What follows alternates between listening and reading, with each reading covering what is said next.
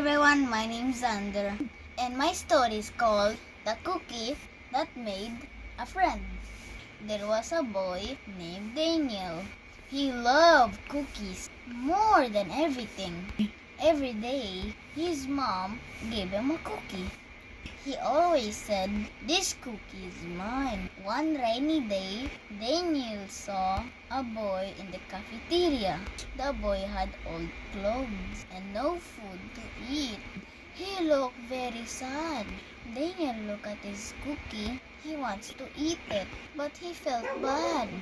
Then he said, "Do you want to share my cookie?" And then the boy's eyes got big. "Really? Thank you," the boy said. So they ate the cookie together and laughed together. The next day, the boy gave Daniel a small paper boat.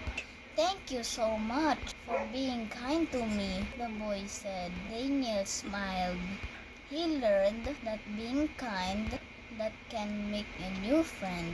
That's my story. Thank you.